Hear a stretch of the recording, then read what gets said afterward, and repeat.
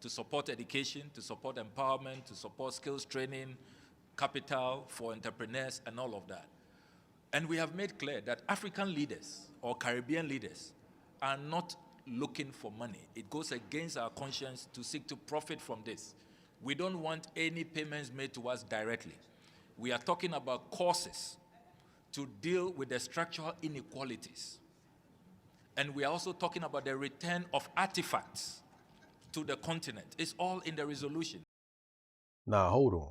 So you mean to tell me a whole country like Ghana gets pushed out of the reparations conversation, but we're still being told to wait our turn? Because if you really think this is just about Ghana, this right here, this affects all Black Americans directly. If you're new or returning, welcome to the channel, and let's get right into it.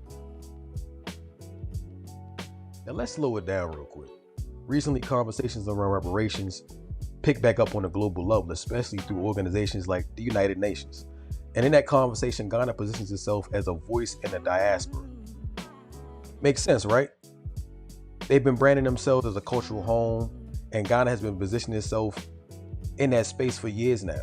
Yeah, return, diaspora engagement, cultural recognition messaging, all for Black Americans to send money and resources to a country that exploits us.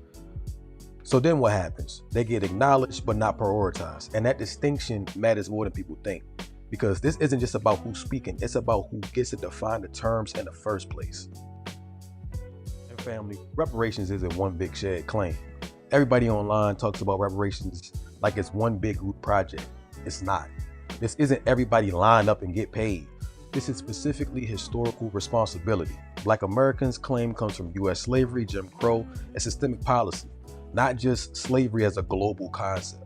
So when countries outside the US try to step into that same lane, it complicates the entire argument and ultimately dilutes the message. Because now the question becomes who actually owes who, who's entitled to what, and who gets to speak on it, instead of the people that have been working on the movement from the ground up. Say that his people or Africans were taken from their home and brought over to America to experience atrocities and terrorism and what have you. We all know the story and stuff like that. The thing is, as an American man, I'm going to tell you right now, the majority of the people that were put in bondage here on this land were from North America. I'm not saying that the transatlantic slave trade didn't happen. I'm not saying that there weren't certain Africans that came over here. The Africans that came over here got absorbed by the people that were already here, and that's how that goes, point blank, period. And we do not want other nations getting credit for stuff that we immediately went through. Now you want to talk about the Africans that came from the continent. Those were rival tribes that you guys put in bondage and sold off to the white man. That's the story, that's the history. So why do you get reparations for that? We don't want to hear that. This goes back to you guys co-opting and hijacking our legacy to garner money.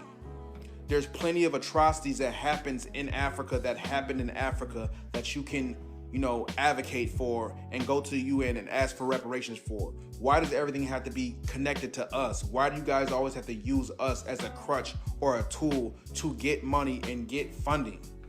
Stop using Black Americans' heritage and legacy to garner sympathy, attention, and resources on behalf of your country. All right, let's be real. Ghana's not holding a check. Countries with actual power in this conversation, the US, European nations, they control how far this goes. So when decisions get made, that's what you need to be looking at. And look at how they move. 52 countries abstained from classifying slavery as a major atrocity. Not disagreed, just didn't want to touch it. Then you got Spain and Portugal, countries directly tied to the slave trade. And the ones who straight up didn't classify it the way people expected. The US, Israel, Argentina. And I can't say I'm surprised. But let's be honest. What would make these countries fully lean into that given their history? And once the decision went out, social media went crazy. Different takes and different reactions all at once. Today the UN had a meeting and they were voting on reparations. The first question was, do you think slavery was the greatest crime against humanity? The second question was, do you think descendants of enslaved peoples deserve reparations? The UN voted yes, but 52 countries abstained, and 3 said fuck no.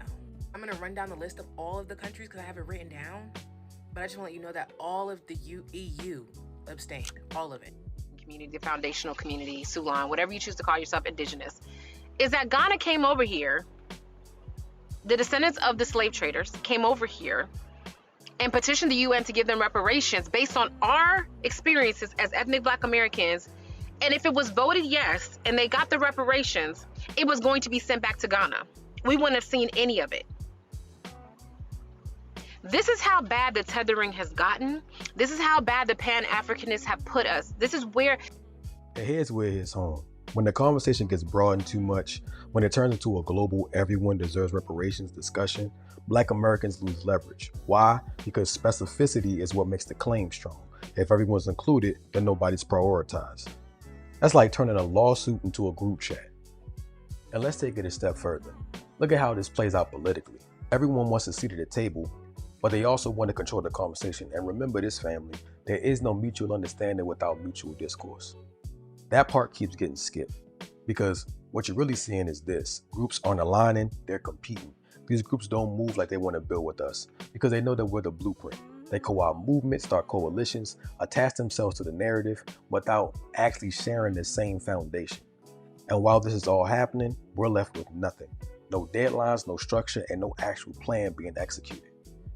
And this is what I mean by tethering. Different groups being tied together under one identity, even when the histories don't match, even when their claims don't match. And this is the part that people don't want to say out loud. Every few years, reparations becomes a trending topic again. New headlines, new debates, new energy, because the conversation keeps getting redirected, shifted, and then ultimately diluted. And when you zoom out, it starts to look like progress, but it's just more of the same. And honestly, what's happening overseas? That's not even the biggest issue.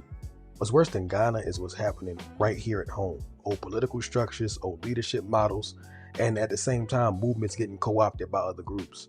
So now you got two things happening at once. External conversation shifting and internal identity getting blurred. And that's exactly why you've been hearing this word more, delineation. It would be like, hey, everybody here that's Black gets treated a certain way. Why are you making that delineation? That is an excellent point. You know why? Because you see, those people coming in from Jamaica or coming in from Africa, they have not been treated like Black folk in this country. That's the first thing. And secondly, historically, they haven't had those historical experiences. They come in here voluntarily. When they come in here, they bring some cultural aspects from Africa. They can go back anytime they want.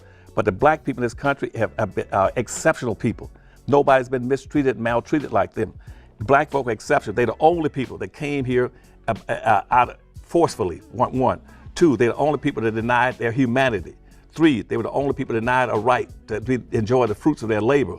Four, they were the only people denied the right to participate in government. Five, they were the only people denied the right to vote.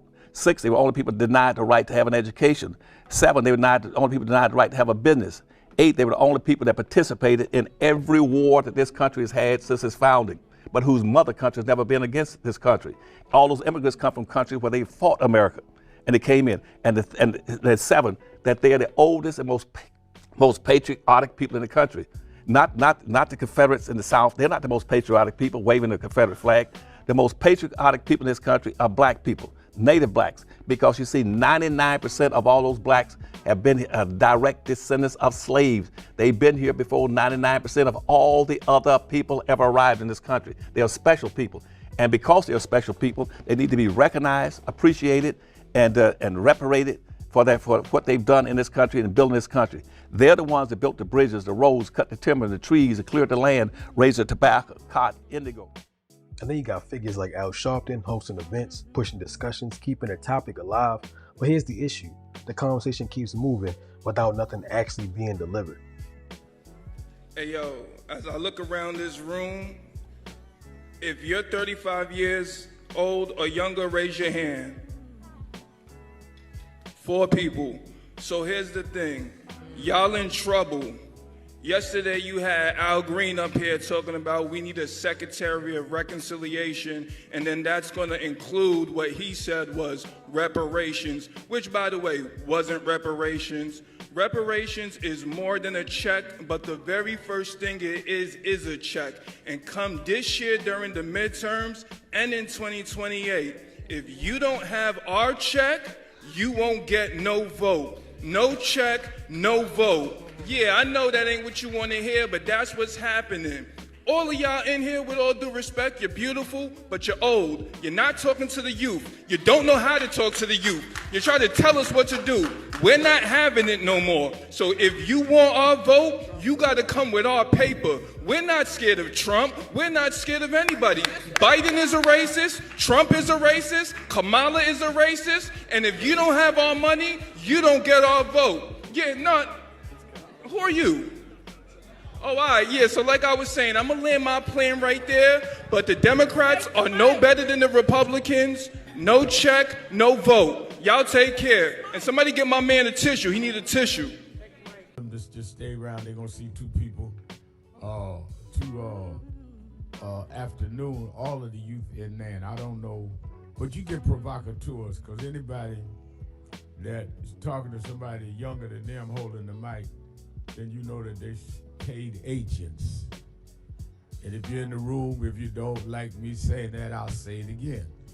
Because you cannot get reparations without putting people in office that's going to pay them. So talk that ignorance somewhere else.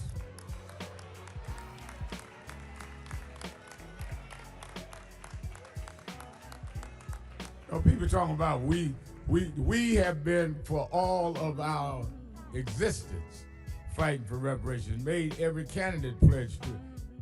And respectfully, don't listen to these people. They come with no tangibles, no structure, nothing that people can point to and say that this is progress. And now it's not even about Ghana anymore. It's about what's happening here. Because the same leaders who are supposed to be the loudest voices are shifting the message, talking around it, moving away from it. And that leaves Black Americans with what? No clear direction and no tangible outcomes. So when the midterm elections come up, what exactly are people supposed to be voting for? If reparations isn't on the table, then what is? Because at a certain point, the conversation alone isn't enough. And with that, I'll leave it there. I want to know where you stand on this. If reparations isn't being pushed forward, should it be a deciding factor on how people vote? Drop your thoughts below. I look forward to reading all of it. And if you made it this far, don't forget to like, comment, subscribe, and I'll catch you guys on the next video.